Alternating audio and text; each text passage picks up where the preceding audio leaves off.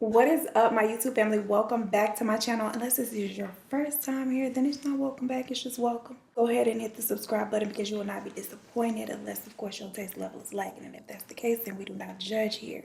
It's okay. So today's video is another request from you guys, and it was brought to my attention by Fluffin' Stuff is the username. Shout out to you. Thank you for a good, solid suggestion because this is indeed a wild little ride. Okay, I'm not gonna waste too much time in the beginning running my mouth about other things. We're gonna get right into this story. So today's story is about the Gonzalez sisters from Mexico. And yeah, it was a lot. So the Gonzalez sisters, it's 4 of them. Carmen, Delfina, Maria, and Luisa, born in the early 1900s. And unfortunately, I do not have a birthday to give, so we don't know what their signs are, and I hate that. But we do know they were born in Jalisco, I believe is how you pronounce it, into a pretty dysfunctional family. And I'm not talking about dysfunctional like your family and mine. I'm talking about real dysfunction. Their father, Isidro, is a very interesting little guy. He's very abusive for one, so that's not good. And he's also one of those type of people that are like power driven and power hungry. He works as a police officer who is in charge of patrolling the area, making sure nothing is going on that should not be going on, ensuring that all of the things throughout the town are decent and in order. However, he does not mind a little piece of chaos because it gives him something to do, a chance to flex his authoritative muscle. Now, unfortunately for his 4 daughters and his wife, his harshness is not something that he turns off once he leaves the job. It is who he is as a professional, as a partner, and as a father. And he oftentimes utilizes his resources as an officer to teach his daughters what he deems to be valuable life lessons. Now, they are completely forbidden from wearing any type of makeup, any clothing that he deemed revealing or risque. And if he catches them wearing either of the things, they are subjected to very harsh punishment. Now, one of the ways that he punishes the girls is by taking them to jail, literally taking his little keys, taking them down to jail and locking them away until he deems, it's time for them to be freed. Now, the alternate form of punishment that he exercises is physical beatings. And he does not go easy on them because they're female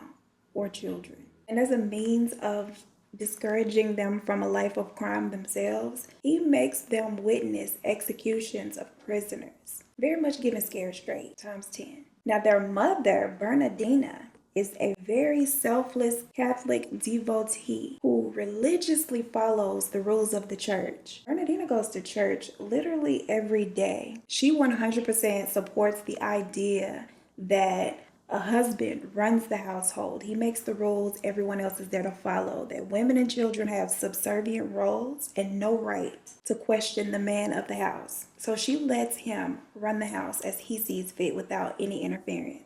The girls oftentimes go to Bernardina to express their discontent with the way that their father treats them. And all she would literally have to say in response to this is for them to pray about it. That's the only piece of advice that she could give. If you are unhappy with the bruises and the black eyes, pray about it. Now, Carmen, the oldest sister, once she reaches her teen years, she begins a secret relationship with a much older man. And it is not clear whether or not she was really in love with him or if she just saw him as an escape route from her current life. But eventually she does run away to be with this man and start her life over. At least that's what she had in mind, because it is not long before her father tracks her down, brings her back home, he beats her, and then takes her down to the jail where he locks her away. Now, Isidro is a very hot-headed individual, well known for his violent outbursts and his often abusive power. Shortly after he locks Carmen away, he gets into this argument with this man, and during their argument, he shoots him and kills him. The problem is, this particular incident with this particular person earns him a whole new group of enemies who he is not really prepared to go against, and he is no fool. He knows that at this point, the only way to ensure his safety and that of his family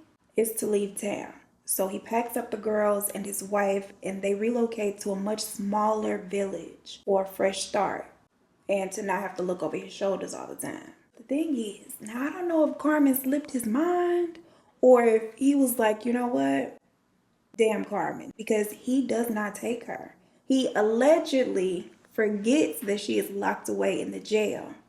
Like how you go home and count your children up, sir, and you don't notice that one is missing. So I don't believe that it was something he forgot. Nevertheless, Miss Carmen is left behind, and she is still locked up, and they won't let her out. At least not without paying a bail. With her father gone, they treated her like a regular real prisoner up in there. She sits in jail for 14 months until a much older man, a different one than the one she was in a relationship with before.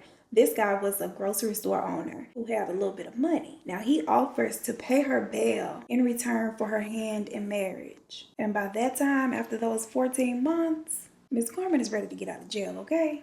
By any means necessary. So she agrees to marry him and he bails her out, which is unfortunate, but I ain't even gonna lie. He would have had me too. 14 months? Sign me up. I'm cooking and I'm cleaning, okay? Now, there was not a whole lot of information about what had happened to Isidro and his wife, Bernardina, after some time. I'm assuming maybe they died of old age, quite possibly. But when they do pass away, the girls are left with a small inheritance. And this piece of money was cute, but it wasn't an amount of money that would have lasted them a long time. And so instead of, spending it frivolously, they decide that they are going to invest it in a business that would then afford them a lot more money and a better quality of life. Now, the business is a small bar for the locals, and although it brings in a nice amount of money, it's very obvious that they are not going to achieve wealth through this small business. It pays the bills, but that's not quite enough for them.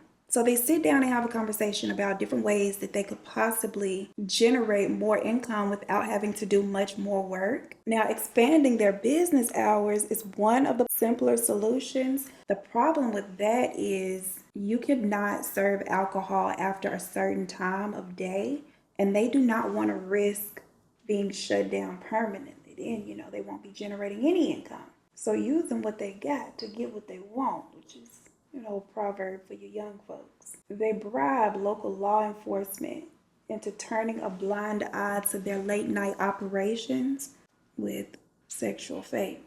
The change in hours does up their revenues some, but it's not a whole lot.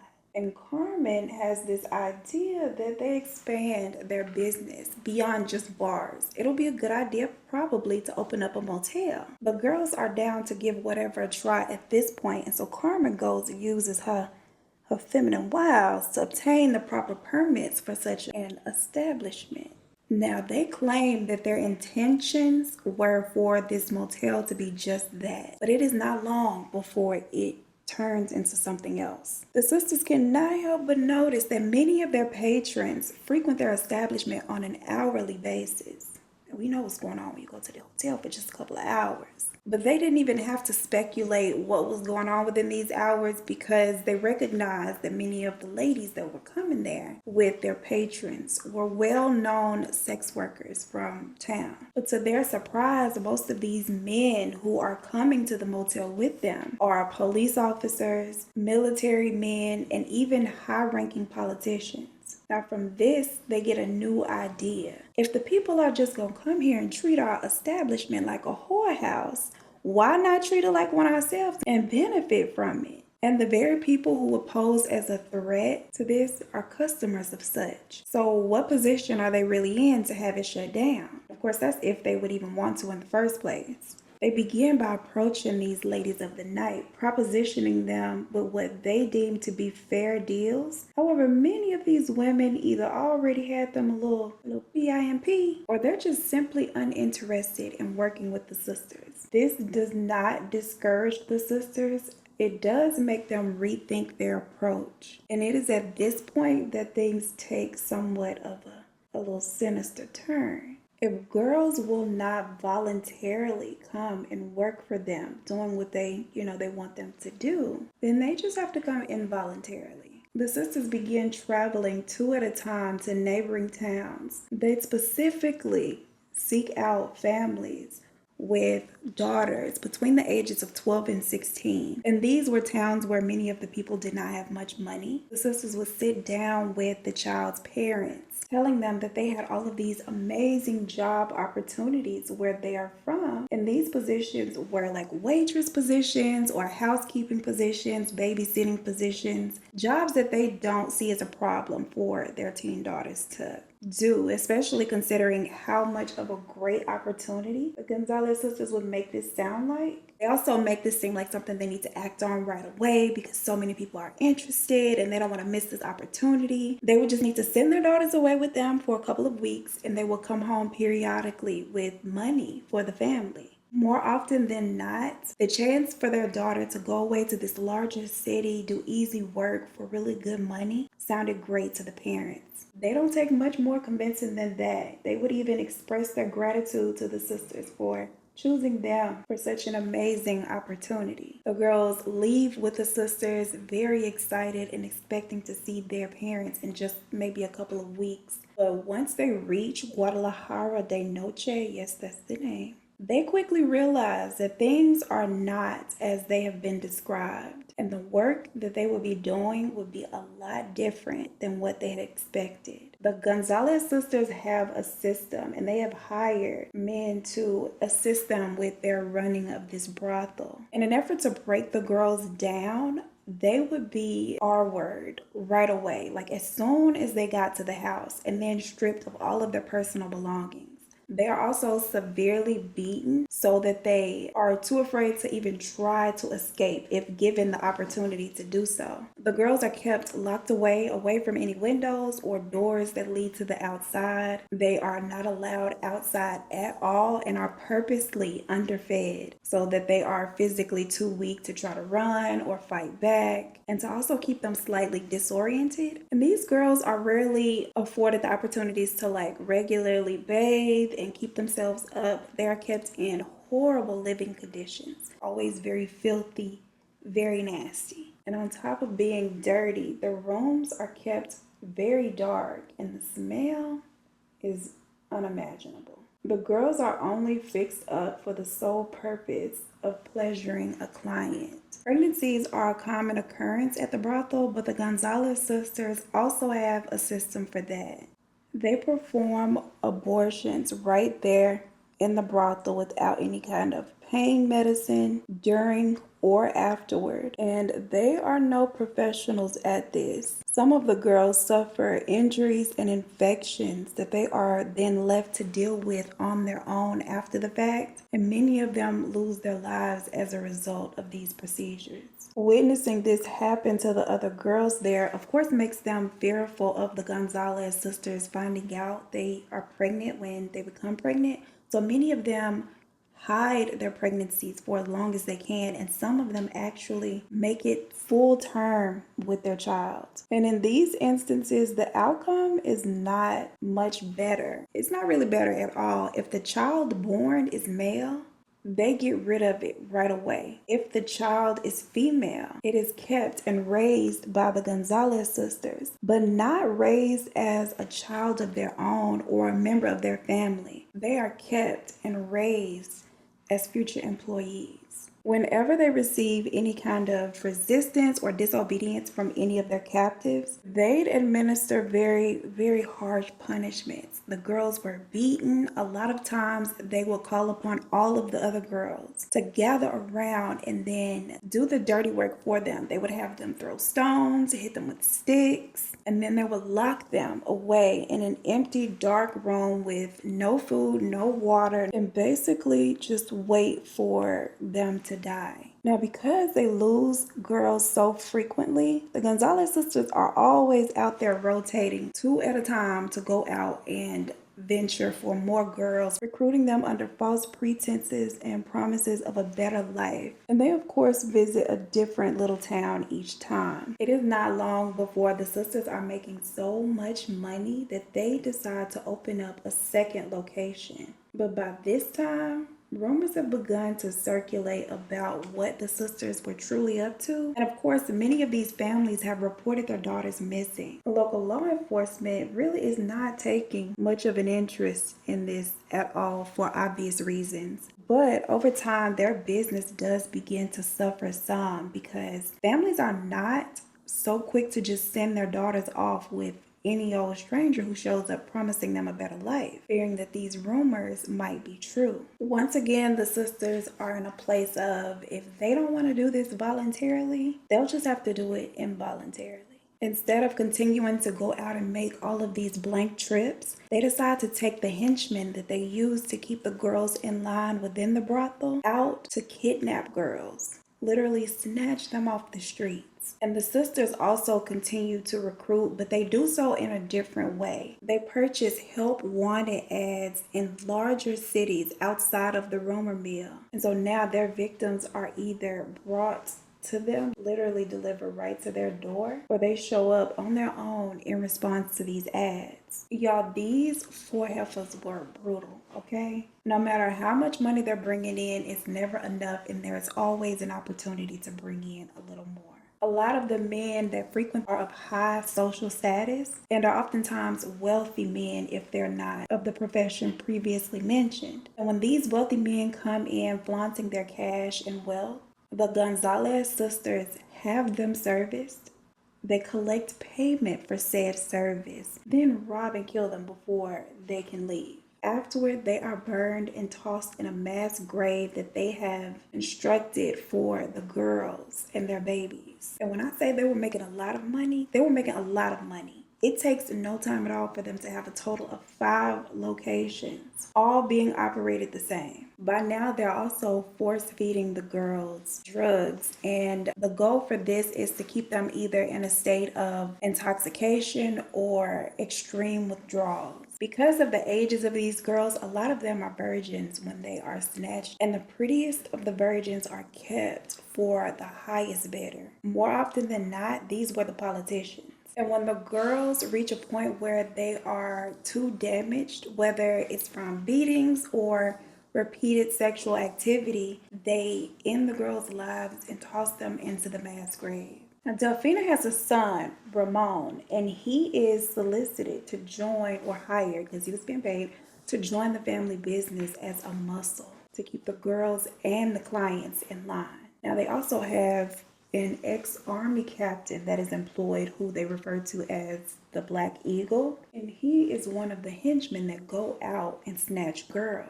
And of course, they have a number of other people working for them, and these people are well aware of what type of business and establishment is being run here. For the amount of money that they are being paid, they completely turn a blind eye and do whatever it is they are asked to do. In 1963, Delphina's son gets into an argument with a police officer who fatally shoots him inside of one of the brothel locations. Afterward, the police actually shut down that particular location, and for Delphina, this just adds insult to injury. She, of course, does not take well to either situations that have occurred, and she orders the Black Eagle to track down the cop who took her son's life and take his. The following year, after over a decade of them being in this business, one of the girls finally manages to escape. Catalina Ortega is a relatively small girl, and she spots this hole in the wall that she believes she could fit through if given the opportunity to do so. And luckily for her, the opportunity presents itself. She squeezes through this hole, but shortly after, and I'm not sure if it's one of the other girls or if it was a member of the staff, but somebody alerts the Black Eagle, and he immediately goes out searching for her. This man is scouring the premises in search of this young girl, and she manages to make it off of the property before he catches her. She travels a short distance to someone's home who allows her to use their phone to get in contact with her mother, who of course comes to be with her right away. They go to a local police station, not realizing that the Gonzalez sisters has most of local law enforcement on payroll, with many of those officers being very loyal customers. But luckily for Catalina, this particular police station is not one of those stations. She tells them what has been going on, and they cannot believe the things that she claims to have endured and witnessed. But y'all, judging by her appearance, and it's no shade, of course, to her, they could tell that she most likely was not lying about the things that she said had occurred down to the brothel. They quickly obtain a search warrant for this location. And when they raid it, they find about a dozen young girls between the ages of 13 and 16, and all in the same physical condition as Catalina. This location was Delfina's, and she had just recently gotten it back up and running from when she was shut down the first time. So of course she is pissed. She and her flunkies are immediately detained. The girls are questioned, and each of them tell a story parallel to the one Catalina had told them. They also shed light on the fact that this is just one of several locations, and that one of them actually contains a mass grave. Now, by now, the oldest sister, Carmen, had passed away of cancer. But those other two sisters were still in the land of the living and now wanted. Maria is located and captured right away, taken right down to the station to be with Miss Delfina. But Louisa, she goes on the run. Catch me if you can style. Now, the story grasps the attention of the media, and the public is outraged. They swarm down to the jail to riot right outside of it. They also go to all of the locations to riot. Some people treat it like tourist attractions and take pictures in front of it, or just pictures of the brothels, while the sisters just sit in jail showing literally no remorse for any of the horrific action. They do cooperate and admit to all of the things that they are accused of, which further fuels the public's outrage and anger. They wanted the girls to be hung. Little Louisa, who had gone on the run successfully, she ends up turning herself in because she was so fearful that one of these angry men or women would get a hold of her and give her a little piece of street justice. Meanwhile, everyone who has had a young girl go missing wastes no time traveling to the city to see if one of the girls that had been rescued was their family member.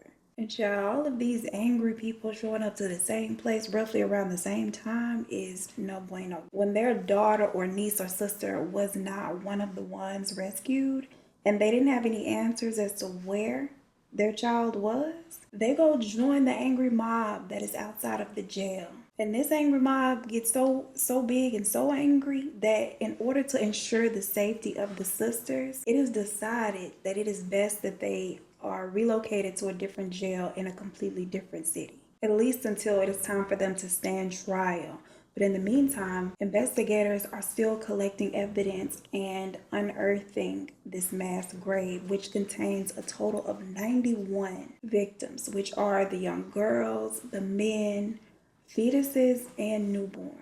Now, the girls speak publicly about what they had experienced with the Gonzalez sisters, and this next part of the story is unconfirmed, but it's reported on a lot of the sources that I found my information, so I'm going to mention it. It is said that some of the girls claimed to have been made to participate in rituals performed by the sisters, where they'd have the girls bathe in an animal's blood and engage in bestiality with these animals. And sometimes they would have like these group sessions that would also include the sisters. As for the validity of that fact, there was nothing really that proves it to be true or not true. And it has been speculated that that aspect of the story was made up to sensationalize this already horrific story. Another thing brought to light by the girls telling of their stories is the type of clientele that will come by the establishment. And this, of course, puts many officers and many people who are in high up positions on blast. 3 sisters stand trial, and at the time, the maximum punishable by law is 40 years. And so all 3 of them receive that as their sentence. And then, of course, they lock them up and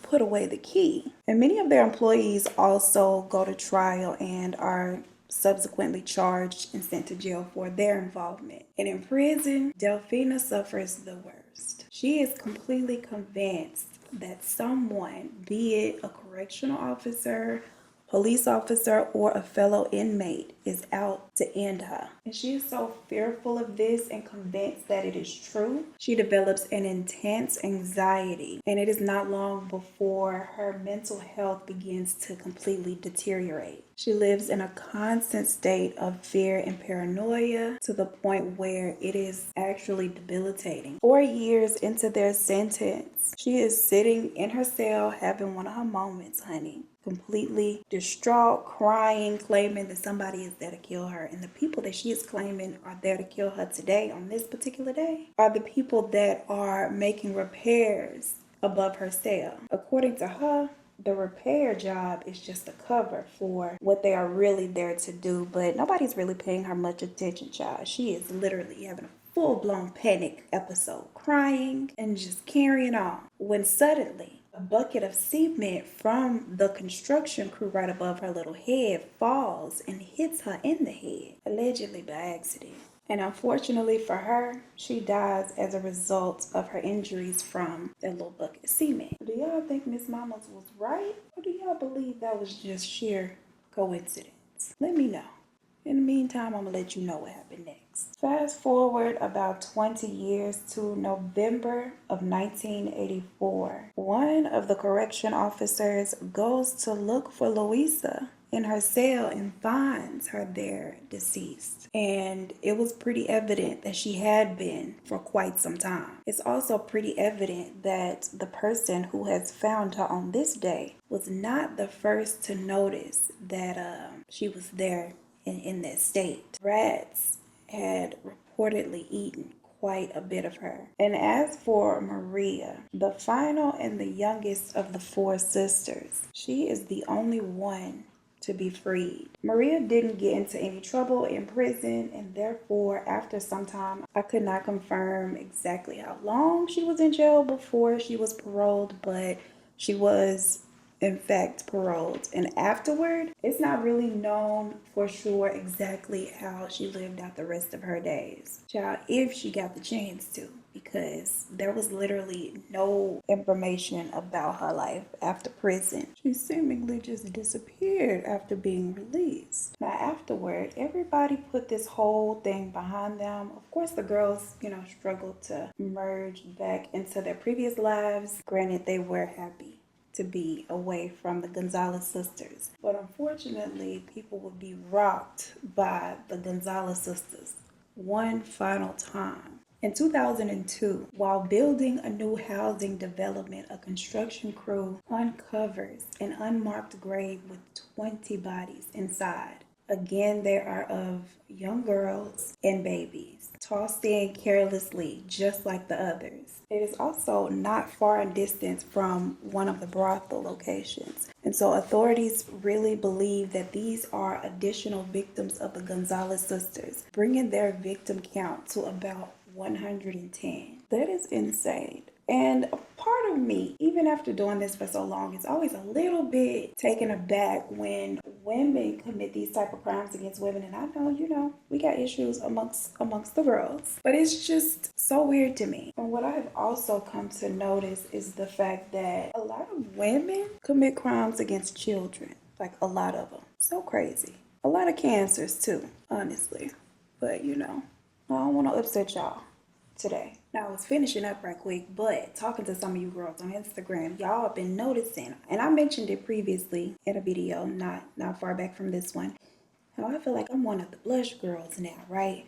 I was like, companies, keep sending me blushes. I'm using them. And shout out to Milk Makeup, because they sent me 4 of their bionic blushes, and I'm going to use one. I'm a little intimidated, however, I'm not backing down. I'm going to use it, and I'm about to use Beyond today. It's real cute with the hair. So let's see. Anytime I have a product with a cream consistency, child loves to put it on the back of the hand first. And the first thing I learned about these cream and liquid blushes is a little bit goes a long way. Every time I put the blush on, I hear Jackie Aina in my mind say, if you're not blending it up to right underneath your lash line, I believe. Basically, if it's not coming all the way up, girl, I don't know what she say after that either, child. You're not doing it right, okay? That's like the idea behind whatever it was that she said. And so I try to blend it up. Honestly, I was the most afraid to use this color out of all the blushes that I have. But this is one of my favorites so far. I'm not gonna put it on the nose and scare y'all like I did the last time. Okay, I'm gonna put a little on the nose. I lied. Just a little. It's so pretty, especially with the hair. I am loving it. Now, I don't have my little eyeliner to put my little beauty marks back, but you know, that's fine because it's gonna have to be because I'm not going in there. All right, you guys, that concludes today's video. I want to know your thoughts below. Like the video, it helps me out a lot, believe it or not. Share the video. We are really close to getting to 200K, and I feel like it's just inching along. Like, girl, this 200K is making me work for it, and that's fine. I don't mind. As always, I appreciate you so much for spending your time with me, and I look forward to seeing you in the next one. Peace. Oh, I have both the Beyond Belief and Urban Legend coming back really soon. So I know y'all have been asking for those, and it seems like I've just forgotten about them, but I have not. It's on the way, I promise. And I love y'all. Bye. As always, I appreciate you so much for a chance to flex his authoritative muscle. Is it authoritative muscle? Authoritative. It gotta be authoritative, right? Oh my God, I don't know. And I'm not doing a second take on it, so whatever. Now, they are completely forbidden from wearing any type of makeup, any, you know, little extra piece of hair. Okay, no. The girls are only, what is the word? They purchase health wanted, not health wanted. To track down the, come on, Ed, just get out the way, girl. This ain't your time to shine, Miss Girl. Thank you. Yeah, this bronzer might be a little too warm for this foundation, but baby, I'm gonna make it work.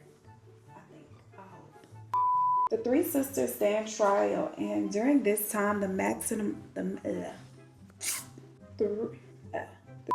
4 years into their sentence. What the hell? She didn't get any. Ooh, with the hair, it's a perfect hair. So much for spending your time with, okay, what is my outro?